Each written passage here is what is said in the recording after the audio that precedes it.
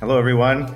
I thought I'd give you guys a supplemental video just to clarify a couple of points on the assignment.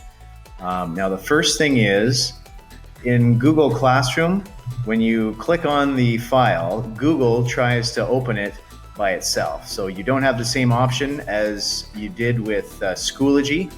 I didn't really consider that. So it'll require an extra step to download it to your computer. So there's two ways to do it.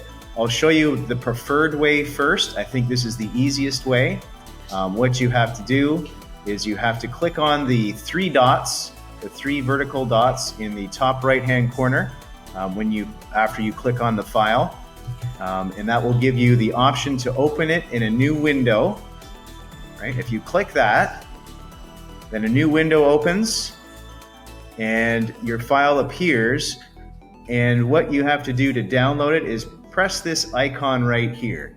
The arrow key that points down, the arrow icon that points down into a tray, that means download. So that's what we have to do. Yours will probably say descargar, but if you click this, then you can download the file. The file will automatically download as it is right here to your computer, probably in your downloads folder, your descargas folder. That's the easiest way to do it. If by accident you end up here and you click on Google Sheets, you may have trouble typing in the values in Google Sheets. I would prefer to do it in Excel for right now. I may use Google Sheets a bit later on, but I don't want to overcomplicate things. So let's just stick with Excel. So in order to download it again to your computer, if by accident you somehow start editing it in Google Sheets, all you have to do is press File, click on File, go all the way down to where it says Download here, right? Microsoft Excel. Okay, so again, use the first way first, the first way I showed you, the preferred way. If for some reason you accidentally end up here editing it right within Google Sheets, then you can download it. Again, File, Download, Microsoft Excel. And when you click that, it'll download that to your computer. Then you can open it with Excel. If you don't have Excel, I think most of you do have Excel, but if you don't, you can use the free extension, and the video for that is already posted in Google Classroom.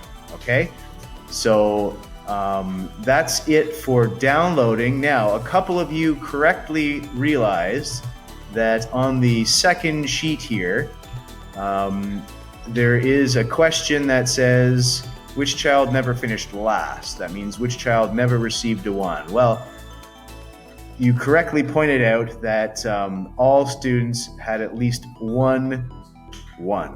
They finished last at least once. So in that case, then you can just say that in the appropriate question, right? And the same thing goes for first place. If someone didn't finish first, then you could always say that. Or if everyone finished first, then just say that, there is no one that didn't finish last at least once. Or you can alternatively say that in the negative, say that everyone finished last at least once or first at least once. Okay, so hopefully that clarifies. Thank you for your comments, and keep up the good work. Hopefully we'll get a few more of these in the coming days, and we'll talk about it next week. Okay, bye for now.